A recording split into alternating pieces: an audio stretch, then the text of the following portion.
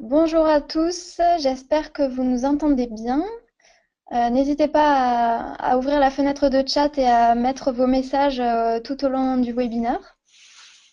Donc avant de commencer, déjà on va remercier ceux qui étaient présents sur toute cette série de webinaires.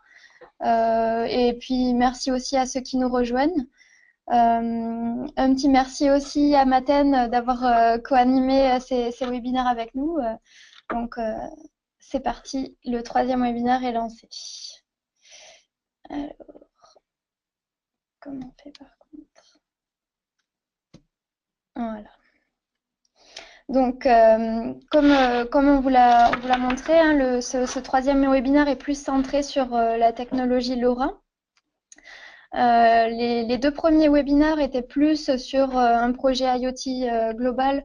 Puis, on a vu avec Jérôme Fenwick comment on pouvait développer la sécurité dans l'IoT.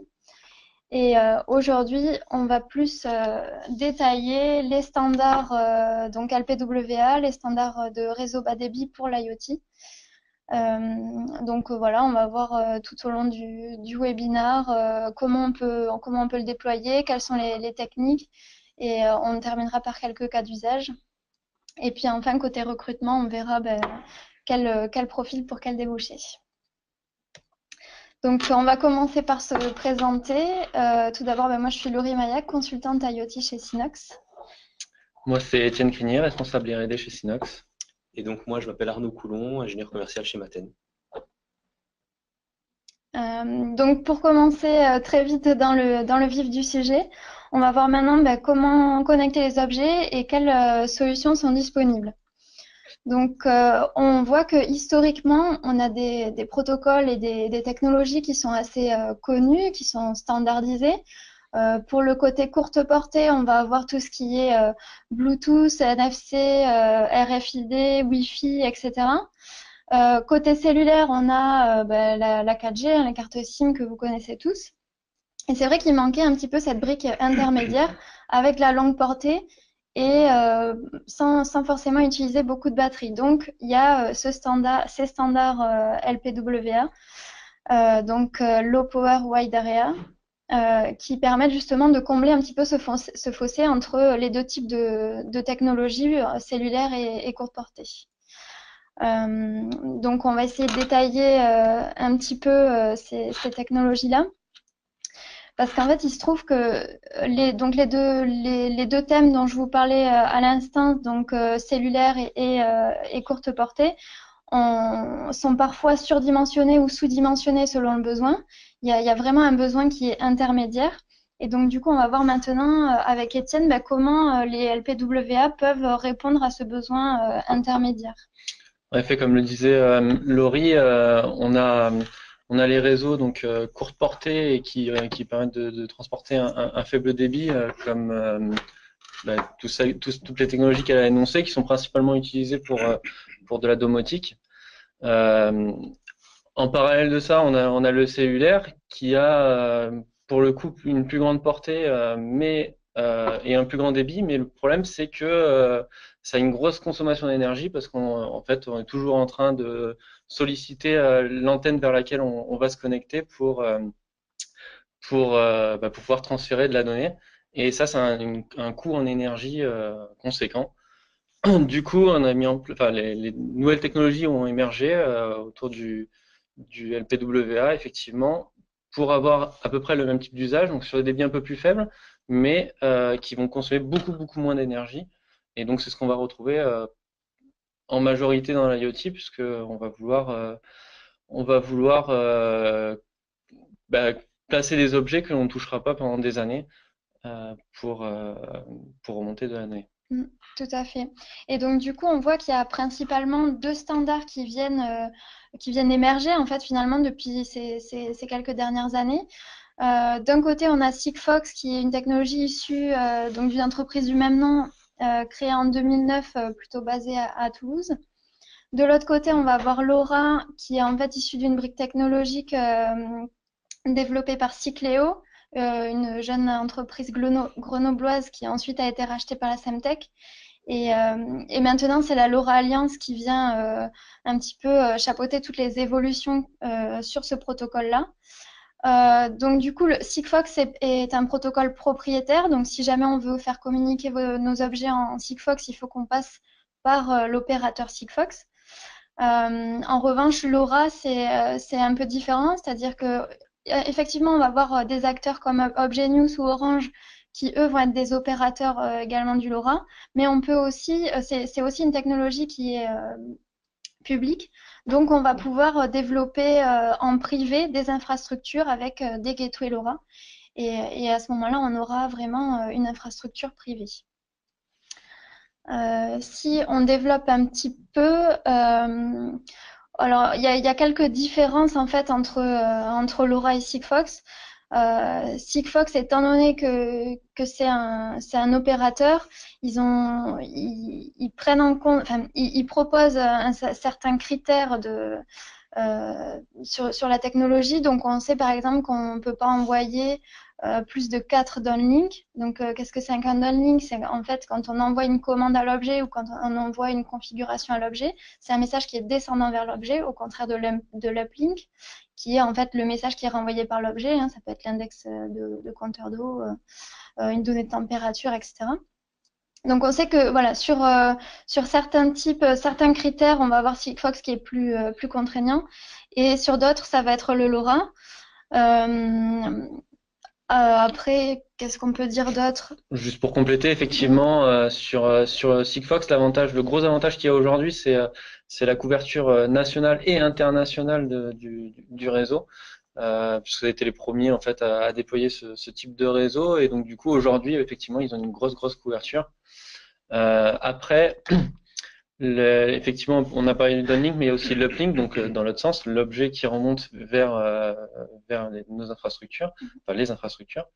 La taille de la payload, donc du message, va être fixe, va être limitée effectivement à 12 octets, alors que sur du LoRa, en fait, on va pouvoir adapter cette taille en fonction de la proximité de l'objet par rapport à l'antenne. On en parlera peut-être un peu plus en détail après. On va pas rentrer trop dans Mais le pas technique. rentrer trop dans le texte, sinon on va passer des heures. Trop de temps. Donc du coup là on va passer plus, nous on a choisi aujourd'hui de vous développer la partie un petit peu LoRa, parce que c'est quand même une partie sur laquelle nous on a apporté notre expertise. Donc du coup si on détaille un petit peu la technologie LoRa, voilà l'architecture en fait de la remontée de la donnée. Alors pour expliquer un peu, hein, si on prend un cas d'usage, donc là si vous voyez en rouge vous avez gas monitoring. Donc, mettons qu'on souhaite remonter l'index de gaz via LoRa. Donc, en fait, ce qu'on fait, c'est qu'on vient plugger un capteur sur le compteur de gaz. Le capteur qui possède un module LoRa va remonter l'information sur une gateway. Donc, vous voyez, hein, c'est la deuxième strate. Cette information est ensuite relayée vers le network server. Donc, en fait, c'est ce qui se situe dans le cloud, hein, qui peut se situer dans le cloud d'ailleurs. Et ensuite, cette information est enfin redirigée vers une application métier, vers une interface de restitution, quelle qu'elle soit. Hein. Ça peut être un PC ou bien un smartphone. Ça peut être vraiment toutes les interfaces nécessaires pour avoir justement cette information du monitoring du gaz. On a aussi une petite couche sécurité. Oui, effectivement, juste pour compléter, du coup, sur le network server, du coup, c'est bien le cœur de réseau LoRa, et c'est lui qui va pouvoir contrôler la redondance entre les différentes gateways qui auront pu remontrer l'information. Et après, effectivement, il y a une grosse couche de sécurité un peu plus présente que sur du Sigfox, où la donnée est cryptée du capteur jusqu'à l'application serveur finalement en AES. Et donc du coup, je vais te demander de continuer un petit peu, Étienne, sur le LoRa. Est-ce que tu peux nous parler un petit peu de toutes ces classes d'objets? Parce que c'est vrai que finalement, quand on veut se lancer dans un projet IoT, on ne connaît peut-être pas toutes les subtilités, et il faut savoir qu'il y a plusieurs classes d'objets. Effectivement, sur le LoRa, pour contrôler un peu les usages, il y a trois classes d'objets. Donc la première, la plus courante, c'est la classe A, qui en fait, lorsque l'objet envoie un message au serveur, il va récupérer, s'il y a un message qui l'attend, son downlink dont on a parlé tout à l'heure. Alors qu'en classe C, euh, l'écoute de ces downlinks est permanente. Donc du coup, dès qu'un message est transmis du serveur vers l'objet, il est récupéré instantanément. Du coup, ça a un gros impact sur l'autonomie. Voilà, effectivement, le problème, c'est que ça a du coup un gros impact sur l'autonomie puisqu'on écoute continuelle. Et donc c'est pour ça que la classe B émerge tout juste. Il y a très peu d'objets qui le gèrent aujourd'hui. Et la classe B, en fait, c'est à peu près la même chose, sauf que on va pouvoir paramétrer des fenêtres d'écoute. Donc c'est-à-dire que on va avoir un petit laps de temps dans lequel on va pouvoir récupérer le message provenant du serveur à intervalles réguliers. Tout à fait. Donc il y a aussi, donc il y avait cette notion de classe d'objet, mais on voit qu'il y a aussi une notion dans la différence de management des devices, il y a aussi une notion d'activation parce qu'on n'a pas seulement un objet qui communique avec un petit peu tout le monde, non, il faut qu'il communique sur un réseau bien en particulier. Et donc du coup, quels sont ces deux modes d'activation? Effectivement, on parlait tout à l'heure du fait que l'échange était crypté de A à Z. Donc effectivement, il faut avoir un échange de clés pour pouvoir discuter le même langage. Donc on va commencer par le mode ABP, l'activation by personnalisation. En fait, là, tout simplement, les clés de sécurité sont stockées dans l'objet, ce qui fait que n'importe quel network server qui aurait ces clés-là de sécurité pourrait dialoguer avec l'objet. Alors qu'en OTA, donc ce qu'on appelle over-the-air activation, la différence, c'est que l'objet n'a pas ces clés-là, mais va les demander au network server au moment de son activation. C'est-à-dire que l'objet va faire ce qu'on appelle une join request, et le network server va générer ces clés que lui va connaître et qui va transmettre du coup à l'objet, et à ce moment-là, ils pourront communiquer ensemble. La problématique, on va en parler un peu après, mais c'est que on va du coup pouvoir communiquer qu'avec un seul network server. Du coup, je vais passer à la suite, c'est plus simple. Et donc, il y a une nouvelle norme qui arrive, qui est la LoRaWAN 1.1.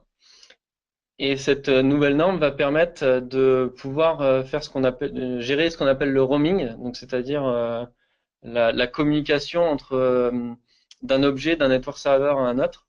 Alors peut-être qu'on peut préciser en langage un petit peu moins technique. Le roaming, on a l'habitude un petit peu d'entendre parler plutôt sur les cellulaires, c'est un vocabulaire qui est issu du cellulaire.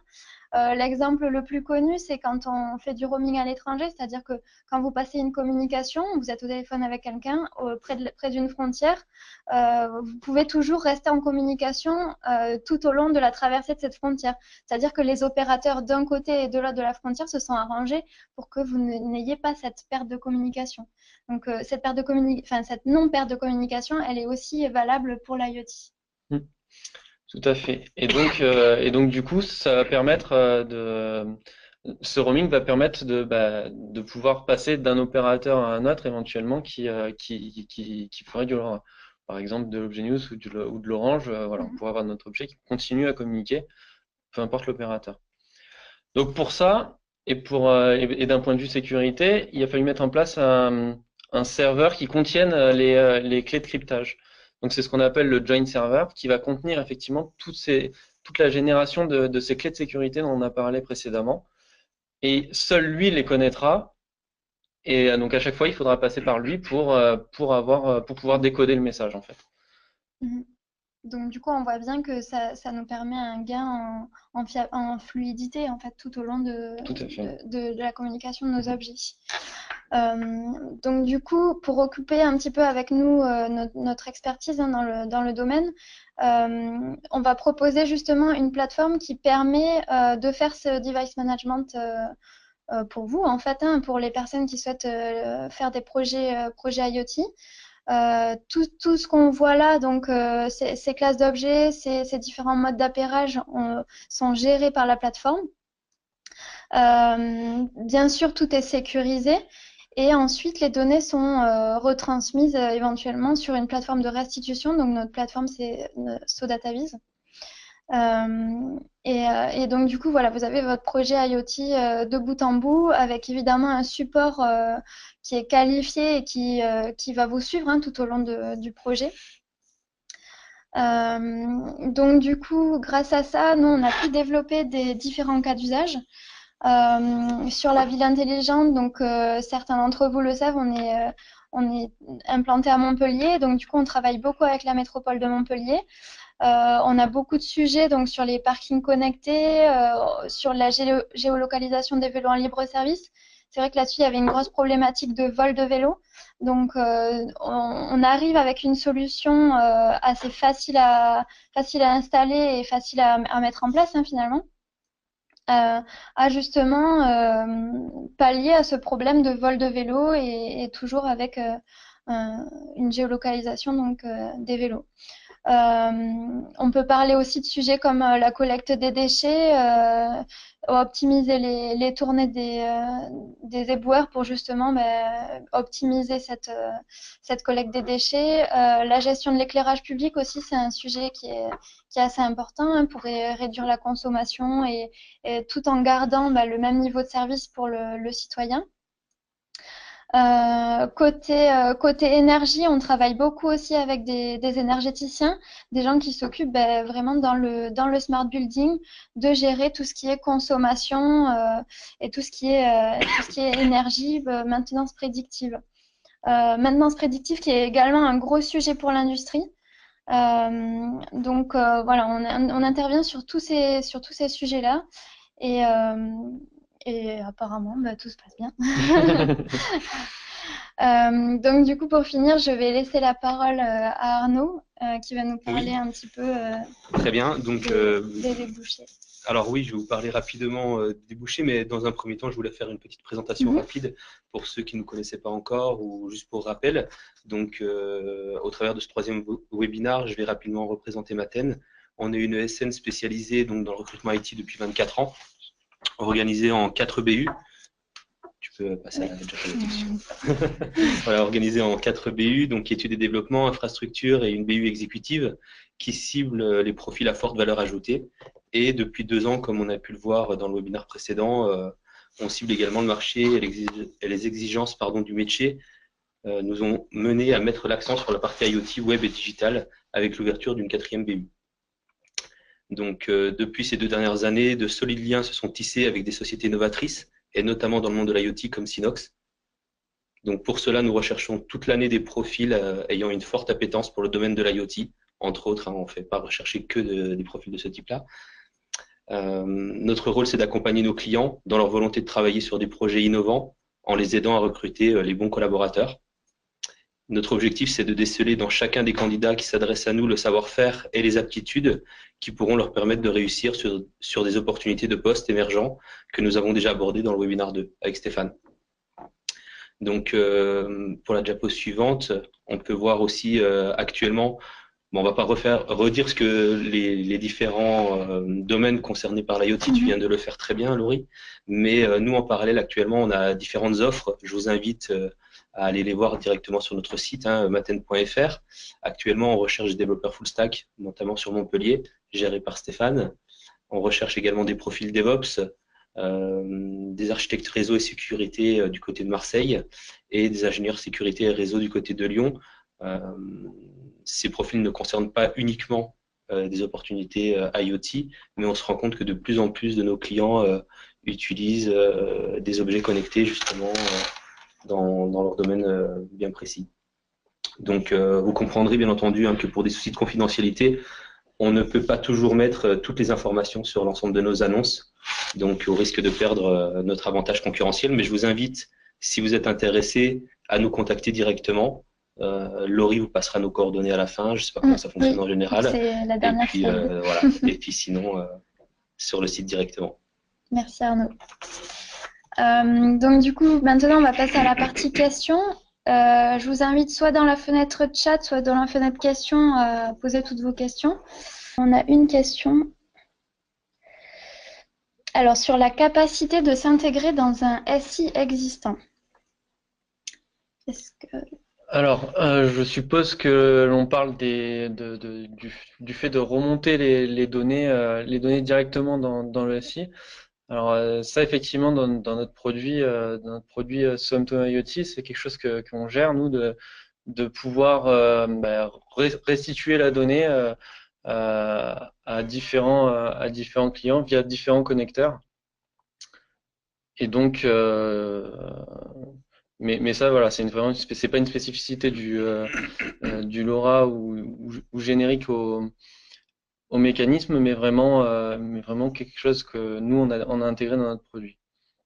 Alors, on a une question plus stratégique. Comment LoRa va perdurer face à la montée en puissance de la 5G?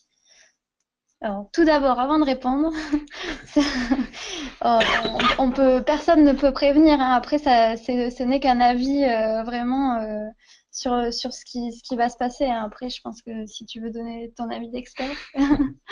Non, mais effectivement, tout un tas de réseaux émergent aujourd'hui et vont émerger demain. On peut pas prédire vraiment à l'avance qu'est-ce qui va percer, qu'est-ce qui va pas percer. Ce qu'on peut, c'est Ça bouge tellement vite aujourd'hui, on peut pas prédire. C'est comme un peu tout dans C'est sûr qu'il y a la 5G qui arrive. Ensuite, à mon avis, il y a de la place pour tous les réseaux. Pour tous les réseaux, oui. Entre LoRa d'un côté et Sigfox de l'autre, quelle pérennité leur accorder? Alors, c'est un petit peu dans le même esprit, hein. Vont-ils être balayés par les standards intermédiaires? NB-IoT, effectivement, encore une fois, c'est difficile de savoir. Je pense que non. Je pense que tous les réseaux chaque réseau a sa particularité, ce qui fait que d'un projet à un autre IoT, on va utiliser tel ou tel réseau, mais je pense qu'il y a de la place pour tous les réseaux. Sachant qu'aujourd'hui, on a quand même LoRa et Sigfox qui vraiment dominent sur le secteur LPWA, hein. Pour le moment, c'est vraiment les deux technologies qu'on peut prendre en compte et qui sont industrialisables. Quelles sont les références LoRa sur la Smart City en France? Alors déjà, nous, on peut parler de la Smart City de Montpellier, qui a déployé sa propre infrastructure LoRa. Donc, comme on vous le disait au début, l'avantage du LoRa, c'est qu'on peut soit faire appel à un opérateur, soit garder en fait la souveraineté de la donnée et développer son propre réseau LoRa. Donc, c'est ce qu'a choisi la métropole de Montpellier. Et on voit que ça se développe un peu partout, mais vraiment, je trouve que voilà, c'est vraiment l'avantage quand on veut conserver, avoir ce souci de souveraineté de la donnée. Le LoRa permet de faire ce genre de choses. Après, si vous voulez, on peut passer rapidement les vrais faux, hein. Julie nous avait préparé un petit quiz. Donc, du coup, on va repartir sur la présentation. Donc, les réseaux cellulaires traditionnels sont de moins en moins utilisés pour connecter les objets. Vrai ou faux? Donc, vous avez la réponse, évidemment. Il se trouve que c'est faux. C'est vrai qu'on l'a dit aujourd'hui, que le LoRa prenait cette place prédominante intermédiaire entre le cellulaire et les protocoles plus courte portée. Mais il n'en reste pas moins que le cellulaire a toujours sa place sur le marché et permet de faire certains usages qui ne sont pas possibles avec les réseaux LPWA. Donc, c'est pour ça qu'on parlait de coexistence entre tous les standards, hein. C'est nécessaire qu'il y ait ce panel de standards. Ensuite, donc là, vous avez la réponse en détail. Je pense que Julie enverra ensuite la présentation, comme ça, tout le monde pourra garder une trace de ce qui a été dit aujourd'hui. Au niveau de la portée,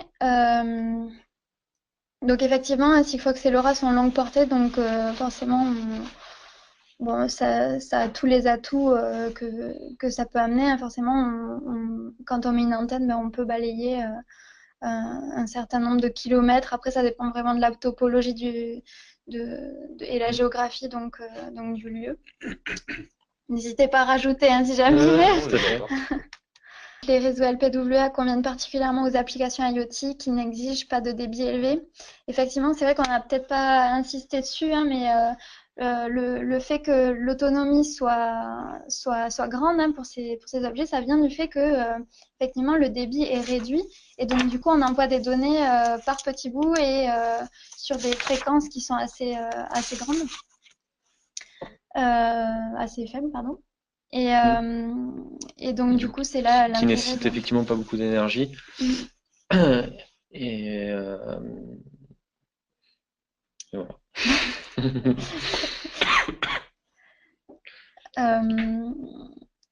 Utiliser un réseau LoRaWAN induit plus de risques en termes de sécurité de réseau, de confidentialité et sécurité des données que le réseau cellulaire 3G ou 4G. Alors, si vous avez suivi notre précédent webinaire, normalement, vous avez aussi la réponse. Donc, du coup, on n'a pas plus de risques si on utilise un réseau qui est sécurisé. Donc, du coup, effectivement, LoRa a sa propre sécurité. Évidemment, ça suffit pas de mettre la sécurité que sur le morceau qui transite en LoRa. Il faut aussi qu'il y ait toute la sécurité en amont et vraiment, comme on l'avait dit hein, sur le précédent webinaire, qu'il y ait une sécurité sur toute l'architecture réseau. C'est pas seulement en un point donné, c'est vraiment réfléchir la sécurité sur l'ensemble du projet. Allez, on se fait deux petites questions de plus. Après, je pense qu'on va arrêter parce que je vois qu'il y a plus de questions non plus de ce côté. Donc, utiliser un réseau LoRaWAN induit plus de risques en termes de sécurité de réseau. J'ai continué. J'en avais, pardon. Il est possible de déployer son propre réseau LoRaWAN pour un particulier, une entreprise ou une ville. Donc, normalement, si vous avez suivi ce webinaire, vous saurez qu'effectivement, il est possible de déployer son propre réseau et c'est comme je disais tout à l'heure, hein, c'est un réel avantage d'être maître de son infrastructure. On a quelques connaissances quand même. Mais on est là pour aider les gens, justement, à déployer ce genre de réseau. On se fait une petite dernière question. Pour la route. Ah ben non, il n'y avait plus de questions. Donc, n'hésitez pas à nous contacter. Vous avez là nos différents contacts. N'hésitez pas à revenir vers nous si on n'a pas répondu à vos questions. Si éventuellement vous êtes intéressé pour vous de votre côté déployer et si vous avez un projet d'objet connecté, on est là pour ça. Et donc du coup, on va remercier tout le monde. Je pense que on arrive au terme de ce webinaire. Donc merci à tous d'avoir suivi ce webinaire jusqu'au bout. Et puis à bientôt. Bonne fête de fin d'année et puis sûrement à l'année prochaine. À bientôt. À bientôt, à l'année prochaine.